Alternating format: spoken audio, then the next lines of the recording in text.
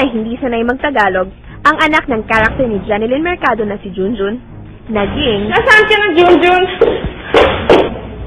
Derek, wala si Junjun. Sabi ang mga...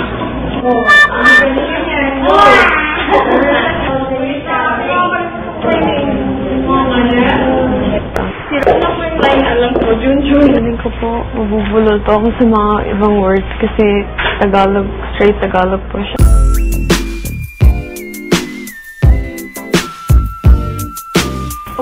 Di dapat nakinig ka sa akin, di ba?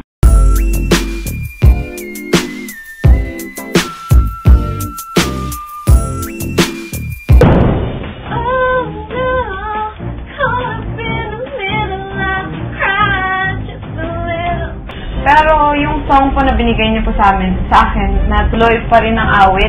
Pero I just hope I don't disappoint Davina's fans.